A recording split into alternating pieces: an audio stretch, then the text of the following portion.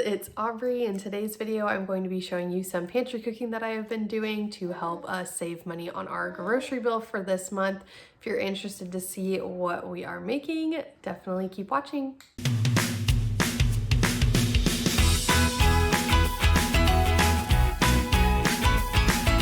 For dinner tonight, we're gonna make pizza sandwiches. I had some sauce in the fridge that needed to get used up. We had pepperoni, cheese, and then we also had some sourdough bread in the freezer. So that's what we're making tonight.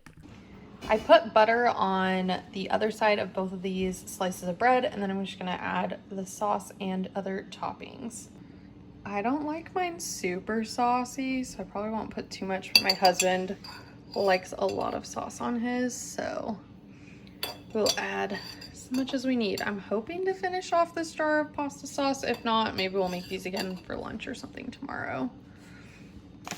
Next, I'm just gonna add some mozzarella cheese. I also don't like a lot of cheese on my pizza sandwiches or on my pizza, really. I'm a very light cheese, light sauce kind of girl. I really just like the breading of the pizza best, so that's probably all the cheese I'll do for mine, and then we'll add a whole bunch for my husband's. Next, we're gonna add our pepperoni. You can definitely add whatever toppings you have or like. If I had some sausage, I'd probably add some of that, maybe some olives, but we just have pepperoni today, which is totally fine. Next, I'm just gonna sprinkle a little bit more cheese on top. Put some more on my husband's. And I'm also gonna add just a teeny bit more sauce on mine on top. And then put some more on my husband's as well. And you can put this directly on the bread, but I already buttered my bread and I don't really want butter all over my hands, so we're just gonna do it this way. It'll be just fine. So I'm gonna turn my heat on to pretty low, like in between medium and low. And then we're gonna go ahead and add our other piece of bread with some butter on it. I think I'm also gonna add a little bit of garlic powder just so it's more garlic bready, and we'll just kind of let these cook really low and slow until they're nice and crispy on that side, and then we'll go ahead and flip them. So you'll flip them over when they're as crispy as you want them on the other side, and then you'll let them go for another like 3 to 5 minutes depending on how toasty you want them. And here is what the sandwich looks like when it's all done. Obviously this is mine, it has a lot less cheese, but you can serve it with pretty much any sides. You could even serve it with some extra sauce for dipping, but it's delicious, super kid friendly, and really easy and quick to make. For tonight's dinner, I'm going to make a chicken teriyaki and broccoli noodle bowl. And first I seasoned my chicken. I always season pretty much any of my meat with salt, pepper, onion powder, and garlic powder. So that's what I did here. And I just got that cooking on the stove. And I was really excited to use the rice ramen noodles that I got at Costco a little while back. So I got those boiling on the stove, and then I made my sauce. I really just did kind of a mixture of brown sugar and soy sauce with a little bit of sesame oil and garlic, and I can write out exactly what I did in the description box below for you guys.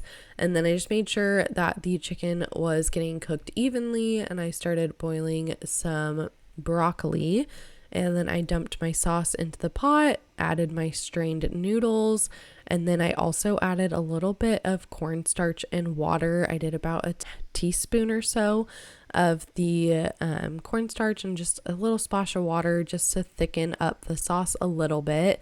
And then once that was all thick, I added in my broccoli and we dished this up. I love throwing together meals like this. They normally come together really quickly, and we almost always have these types of ingredients on hand, and this was a real winner. We'll definitely be making it again. Can you tell that my kids like broccoli? We pretty much always have it on hand, and my mom dropped off some mashed potatoes for us, and I had some garlic herb chicken in the freezer, so I decided to throw all of this together for dinner tonight. I just put a little bit of olive oil in my pan and then threw in this chicken. We really like this brand. I only buy it when it's on clearance because normally it's about $7 for 12 ounces, which is a little bit ridiculous, but this flavor and their chipotle lime are delicious. So I got that cooking, made sure all of the thighs were browning on all sides. I also got some broccoli steaming because that is the kids' favorite right now. And then I heated up the mashed potatoes in the microwave just based on their cooking directions. We normally don't eat these very often, but my mom dropped them off, which made this into a really super quick and easy dinner. Tonight we're making our teriyaki meatballs that we make all the time. So I got some rice going, and then we're going to put together the meatballs in my Instant Pot. Here are all of the ingredients you'll need except for the cornstarch, because I seem to always forget that when I'm laying out the ingredients for this recipe, but I will bring it up here in just a second. But yes, you will need cornstarch, pineapple juice, honey, brown sugar, garlic, sesame oil, salt, pepper, and a little bit of onion powder. I'll go ahead and link the recipe I used down below. So I mixed all of that up into a nice delicious sauce and poured it over my meatballs in my Instant Pot. And I found that it's best if you set it to 0 minutes, so it's really just warming everything up. So we did it on manual for 0 minutes, and then got some broccoli cooking again because that is the only vegetable my children will eat right now. Once the meatballs finished cooking, I released the steam, and then I stirred together the cornstarch slurry with a little bit of the beef broth, dumped that in, turned it on saute, and let the sauce thicken up. And when this was all done, we served it with some rice and then the broccoli that we made. And it's one of our favorites. If you haven't tried it yet, I'll have that recipe linked down below for you guys. Also, sorry for all of the parts of this video where I'm doing a voiceover. My voice is almost completely gone. Hopefully it'll be back before I have to do the next video. Tonight we're going to make some cilantro lime chicken bowls. I am out of one of the main spices for this, so we're just kind of going to wing it, but I'll have a recipe linked down below for you guys. We need some chicken thighs, some cilantro, olive oil, salt, pepper, onion powder, garlic powder, paprika, cumin, lime juice, and then the thing I'm out of is chili powder, so it is going to be a little bit different, but it should still be pretty tasty. So we're going to cook up this chicken. We're going to have it set in a marinade for about an hour or so, and then we'll cook it up on the stove.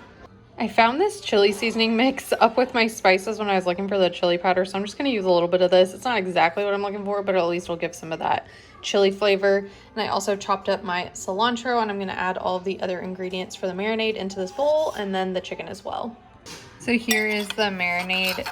I will have the ingredients on the screen for you guys, but we're just going to stir this all together.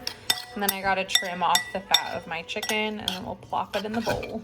Just gonna mix this together, and then I'll put it in the fridge for a couple of hours and let it marinate, and then we will cook it on the stove.